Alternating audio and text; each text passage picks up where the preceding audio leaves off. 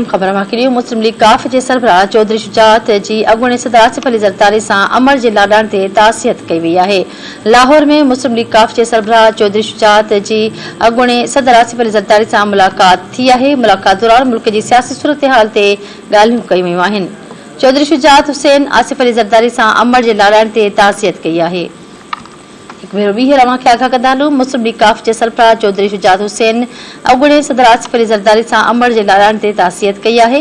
लाहौर में मुस्लिम लीग नून के सरबराह चौधरी शुजात हुसैन अॻूणे सदर आसिफ अली ज़रदारी से मुलाकात कई है।